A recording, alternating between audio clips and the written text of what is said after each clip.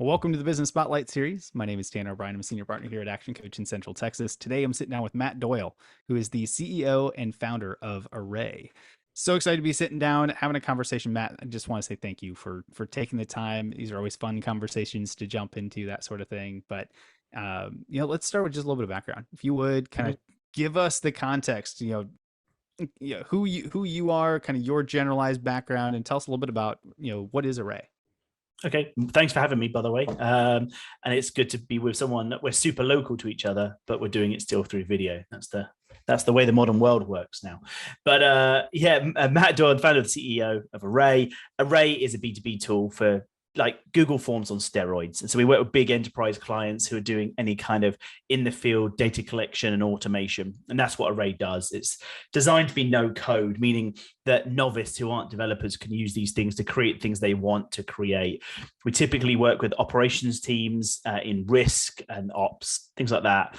We work with people like Walmart or insurance companies, collecting storm damage from the field, things like that. That's what Array does. So I live in Austin, where you guys are from, but I'm originally from the UK. I like to jokingly say I'm from East Texas to break the ice, but they can spot the accent a mile off. And I'm from the south of England. Moved here 4 years ago to grow the company and kind of get it venture capital backed and take it to the next level. The UK is a bit harder going to raise capital and things like that. So far, it's a good move, and I love it here. Beautiful. And what was your background previous to starting Array? I'd been building companies and ideas from a very young age. Like probably about 16 was the first thing I ever did. Like I had a t-shirt company for a skateboard company and live music events. But I first went full-time self-employed when I was about 23. I'm 37 now. And that was a design agency. So I was doing print design and web design with a friend of mine called Matt, also called Matt. And it was called, the first iteration was called We Do Design, because that's what we did. We did design. So We Do Design was the first legitimate company with a proper LLC and whatnot. Because before that, it was just print some t-shirts and sell them in shops and collect the money and stuff. And then I knew there was something I wanted to do bigger than myself. I know it wasn't about being self-employed for me. It was about building a team and building a product or services that I alone can't do. But my background is graphic design, UX design, UI design. So it comes in handy now with what I'm doing, because I'll have the vision in my head and I can make it to a certain point, and then I need to bring other people in to help me finish it off. Very cool. So moved here 4 years ago to help continue to grow, build the business. I think you mentioned raising capital, working with VC funds, things like that, so you could really kind of start to scale the business. What does that look like from where it was 4 years ago when you transitioned to where it is today? How has the experience of growing the business, what does that kind of look like, generally speaking? There's a number of ways we could go with that answer. So I'll answer it in one way. And if you want to dig deeper, double click on it, please do. I think that it really, because we didn't raise money the day we moved here. We got the family settled and things like that. We were in a different part of Austin, just renting, and being an immigrant was hard, right? There was no social security number, so you couldn't get a credit card, which means you couldn't get a loan on a car, which means everything you had to do, you had to buy outright and stuff like that. So it was a difficult time and a challenging time. So it made you really think, like, is this what you really want to do? And do you really believe in this journey? And then when you raise capital, usually when we're making something, people might say it sucks. People might say they love it. But usually you get fairly positive input from people when you're making something or building something. But now when you're meeting VCs, you're starting to realize what their criteria is for success. And it might not necessarily align with yours, like it did for us. Like for us, we wanted to take venture capital to 10x everybody's investment and grow the company. But I guess from the time we took VC and then as we grew with that money and grew the team and whatnot, it definitely made me realize, like, more deeply, why do we want to do these sorts of things, and what kind of lifestyle do you want to create for yourself?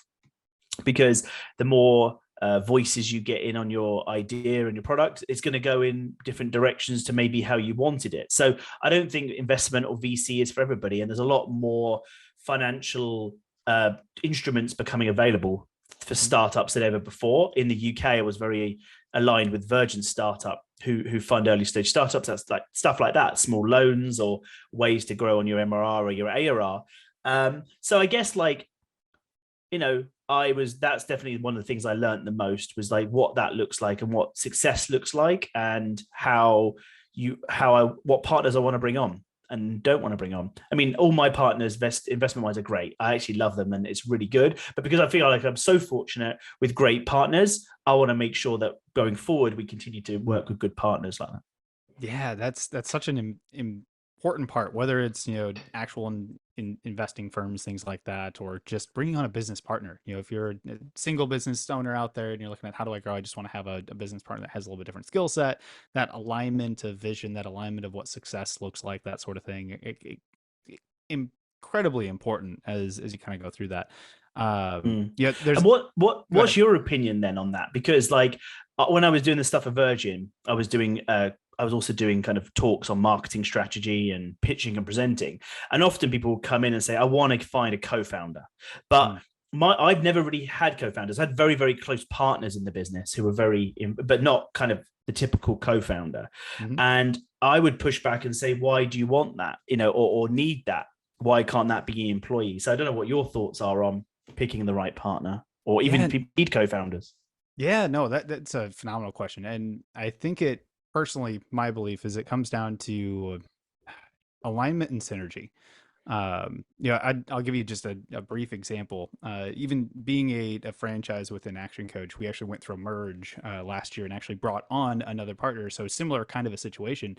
And 90% of the time, we would never make that decision. However, we had a very tight synergy and focus around what we were doing, and it came down to asking the question of, can we get to the end result faster together than we could apart?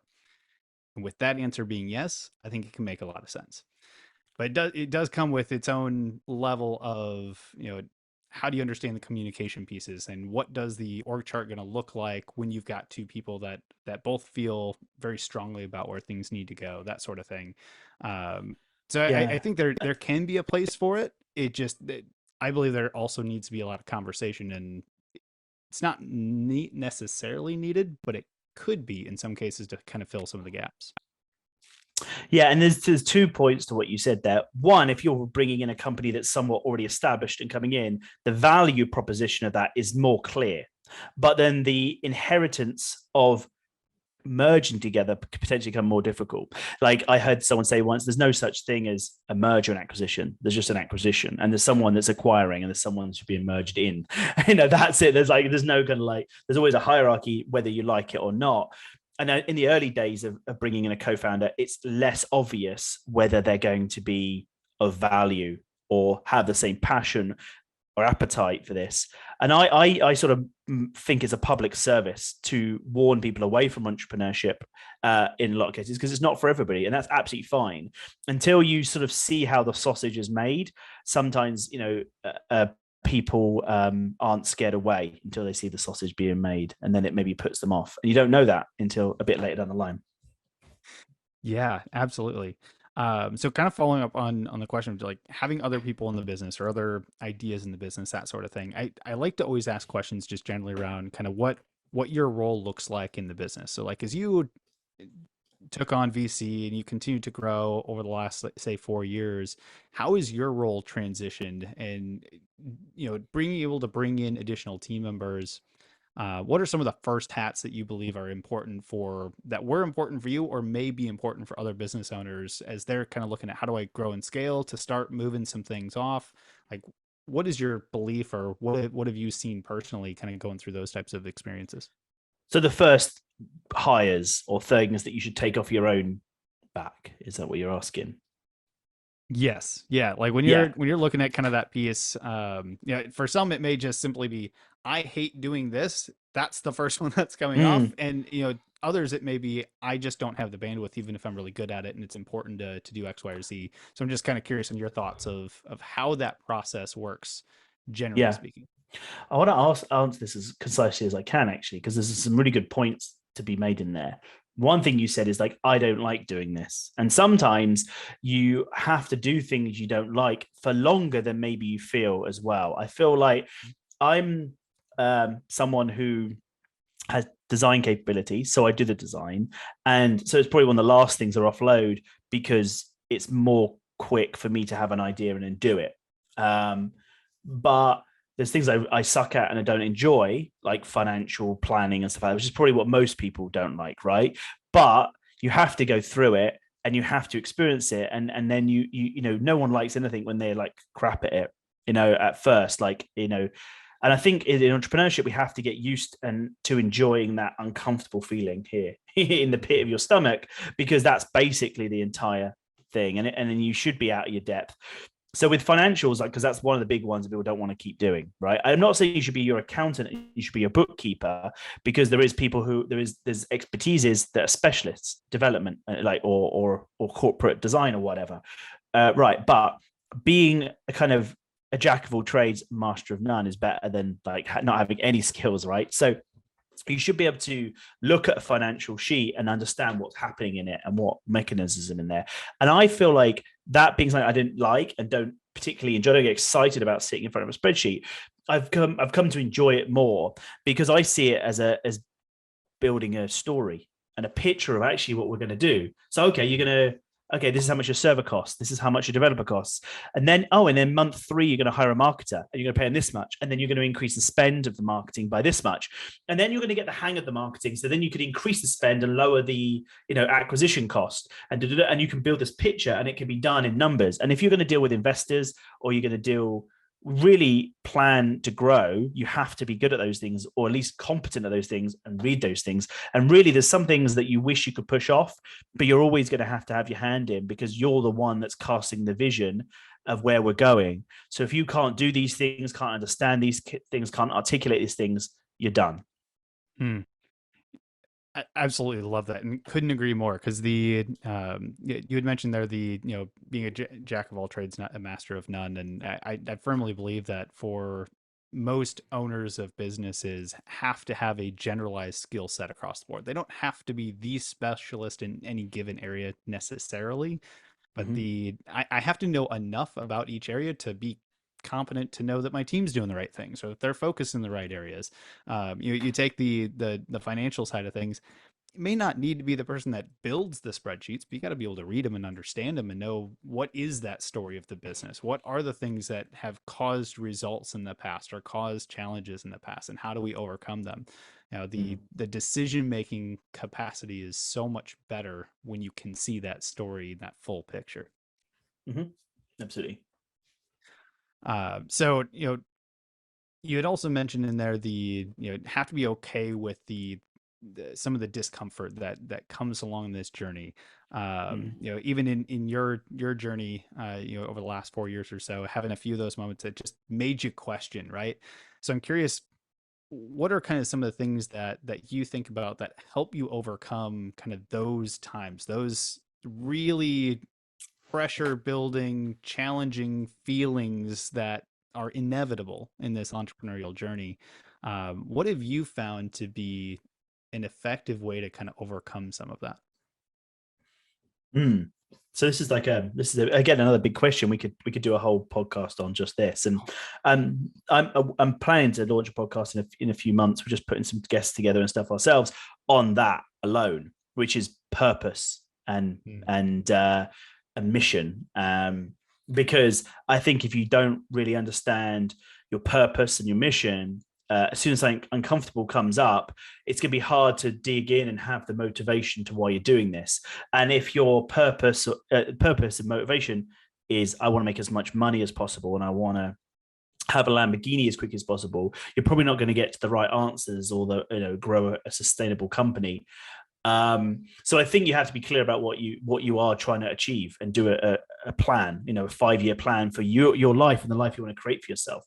Because like some people will say, I want to build this big tech company, but maybe you should build a lifestyle company that's like a consultancy or a coaching company. You can have a fantastic life and earn great money, and that's fine and that's great. So I think having your purpose really figured out, like why you're doing this thing, the why, to build this thing, why go through this. And then you have to back that up with exercise and mental health and meditation and stuff like that to keep you cool and try and make smart decisions and not just act out of emotion, and try and kind of see things as they are. And this is it's a marathon, not a sprint.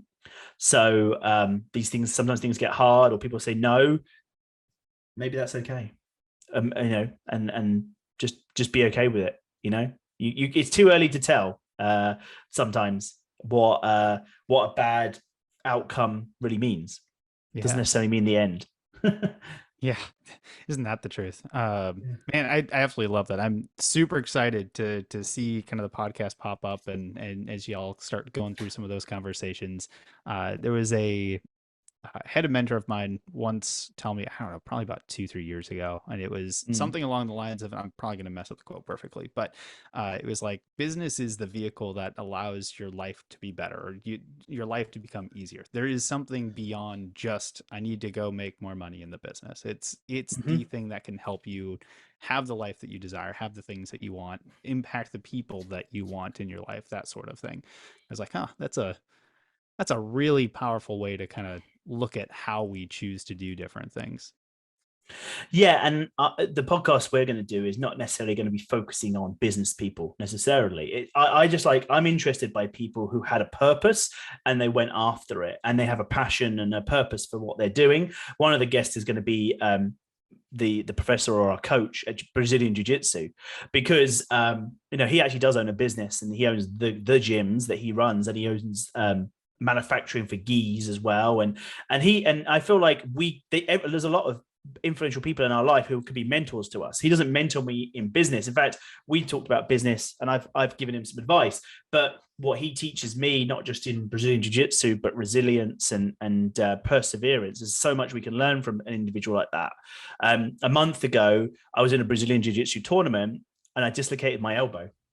This thing came separated from the arm, and that sucked. It felt kind of gnarly. But again, like what I learned from that, and how to deal with adversity and deal with setbacks. There's so much you can learn from that, and you can learn from not just people in business, but the people that coach you in jiu-jitsu or other things as well. So that's what we're going to try and uncover. And me and you talking about this now it's just the beginning of what that conversation is. It's kind of an interesting topic, isn't it? You should go do one with me, and we should talk about your path. That would be awesome. Yeah, there'd be a lot of fun with that, because it totally a topic that is way longer than we can get into in this conversation today. So with that, I'm going to ask a couple more kind of business related questions, and we'll start kind of wrapping up, because I do want to be respectful of the time that we have. I want to talk about team. I want to talk about kind of leadership here, for just a couple minutes.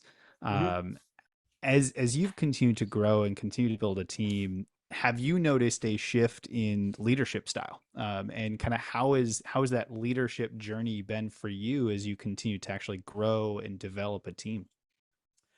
That's a good question. I think it feeds into the last one to unpack it a bit more, because I said about you taking on things that you don't necessarily feel comfortable with, but that's not to say you should do it yourself, because I think there is people who think they should do it themselves. You definitely shouldn't. We need people who are better, and we need to be hiring smarter people in their disciplines.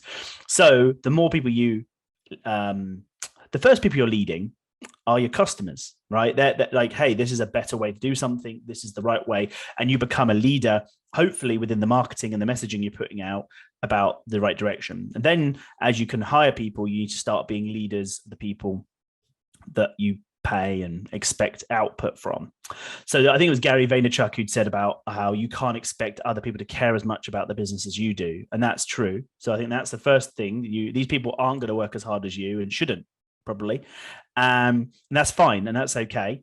And also I think, you do need to cast vision and leadership. And that's where you do get that, extra oomph from people and the right decisions. So in my business, we try and hire kind of entrepreneurs, which is like internal entrepreneurs, people with a mindset, but don't want to go and do that themselves. They know in themselves that they're good at what they do, and they can make smart decisions. And a term I have for those people are generals. I try and hire generals, meaning people who I can trust. Hey, this is the problem we've got, or this customer needs this help. Go and figure it out.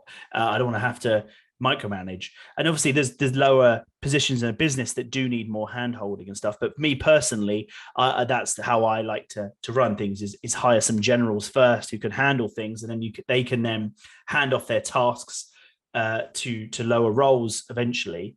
But a leader has to lead, right? So you have to define where it is you're going and where you're taking them, and being honest and transparent. You don't want to show them too much of the sausage because, like I said, it's messy and it's not. But what you need to do is take that, synthesize that, and articulate that back to the team. If there is money problems, or we're not going fast enough, and why, I think if you bring people in and talk to them and lead them, not dictate, you're saying, hey, I believe this is the vision of where we need to go. And to get there, we need these components to fall into place. So that means sales need to do more of this, and product needs to do more of this. And we need to do it in a small time zone. Otherwise, we're going to miss this window. Do we all agree with that? And so a leader has to have a vision of where we're going and constantly reiterate that. So I'm not one for endless meetings, but we try and make sure we meet every single week at the same time. And we go around and we tell each other what's kicking our bruises and like what's going well, and start to just download so that we're on the same page, especially in a world like this where we're just talking over Zoom. It's even more important to make sure that there's no water cooler discussion happening. Yeah. We need to sort of craft times for that to happen. And then also, I think the last point I'd say about that is you have to genuinely care about people. There's that trope about your people you work with being your family and stuff. And I can see why that could be offensive to some people or inappropriate. But there's some truth in it, into like we spend most of our day with these people. And so I genuinely care about all the people that I work with, and make sure that their personal needs, I understand what's going on in their personal life and their home life, so that I can remove obstacles for them, not just in work, but if I see that in their personal life as well. Because what's the point of working every single day, if you just burn somebody out? And so you've got to be conscious of that. So a leader, I think, has to be more interested in the personal than you maybe think. Cut through the bullshit and just get to like what matters to them, and make sure they need more money. There's someone who wants more money and there's someone who needs more money. And so you'd know the difference if you were like in their life, right? And then you'd move obstacles to make sure that they can get what they need.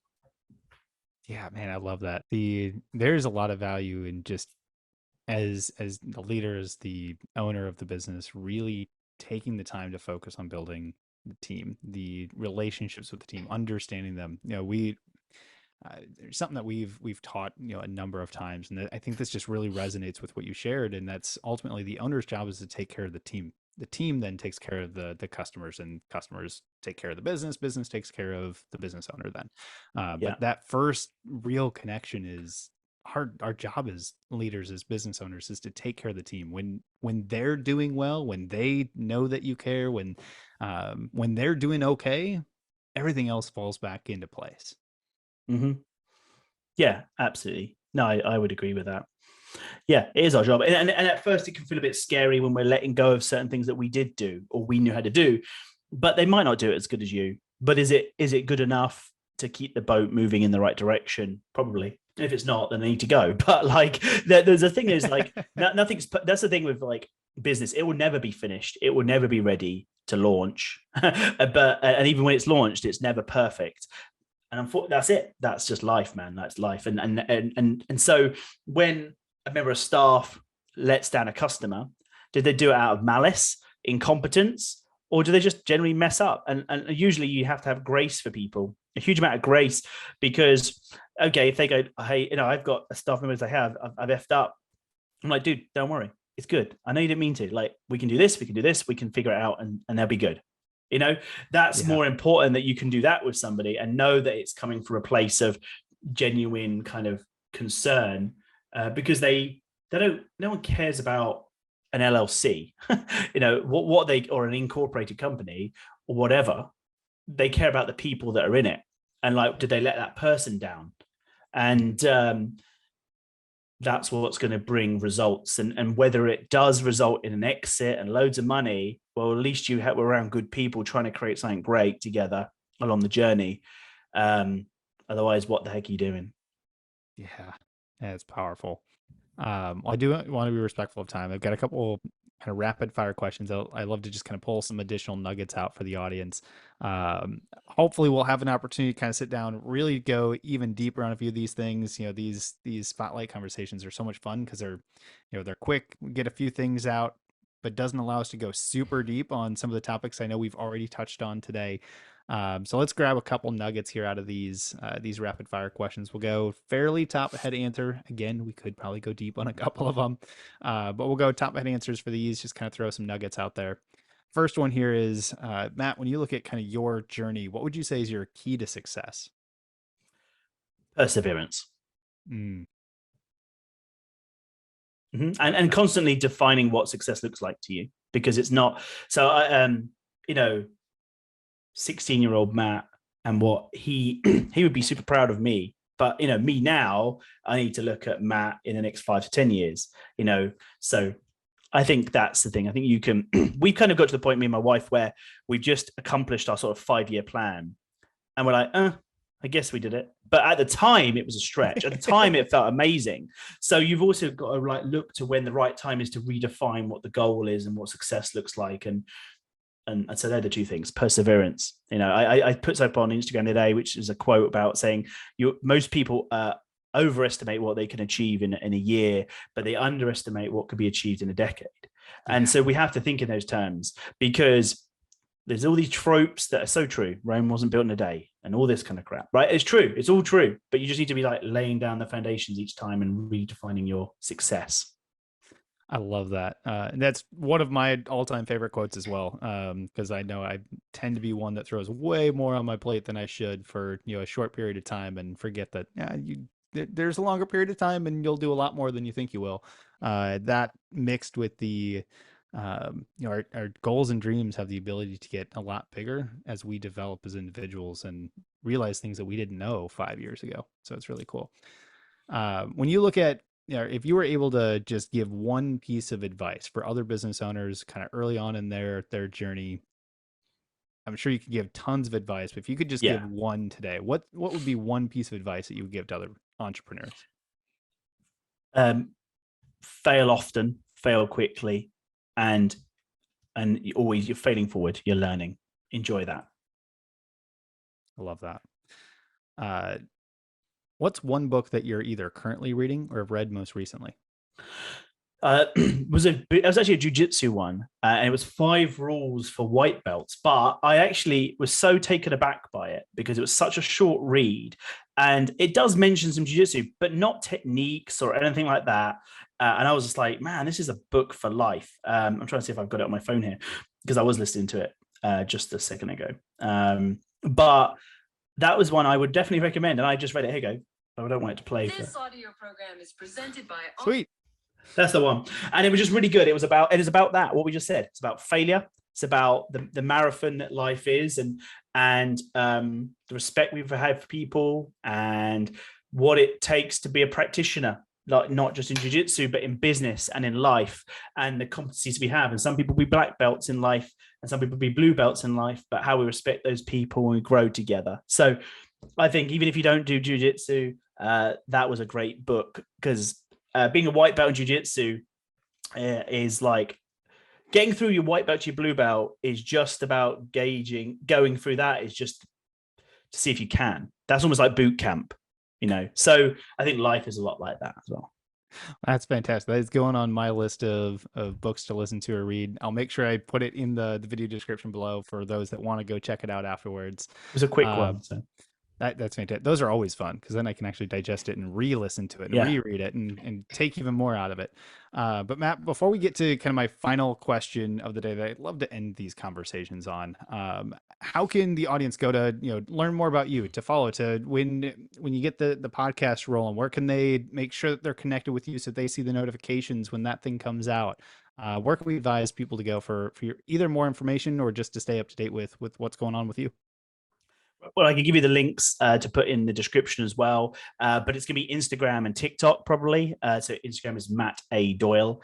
I think my TikTok's similar, but I'll give you the links for that. I'm always posting content on there, like little snippets like we're doing like now, and when podcasts are available, what I'm working on, and people can DM me there if they want to chat or talk about anything as well.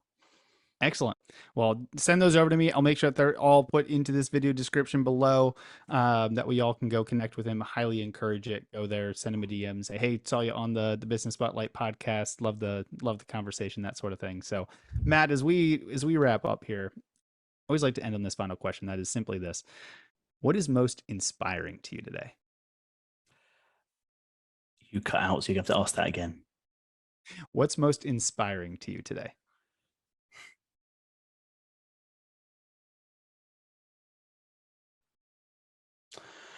I think it's inspiring. It's a hard one. I think I'm inspired by people visualizing their dreams and going after them, whatever they are. And I don't care what part of the journey you're on. I've just got as much respect for you if you're right at the beginning of it, or you've achieved some level of success. But I'm inspired by those people, and I'm inspired by people getting off their arse and taking action. I absolutely love that. Matt, thank you so much for taking the time. This has been an absolute pleasure. I am looking forward to further conversation down the road. But this has been a lot of fun. I just want to say thank you again for taking the time to share a bit of your wisdom and knowledge that you've gained throughout the years. Thank you very much. Thanks for having me.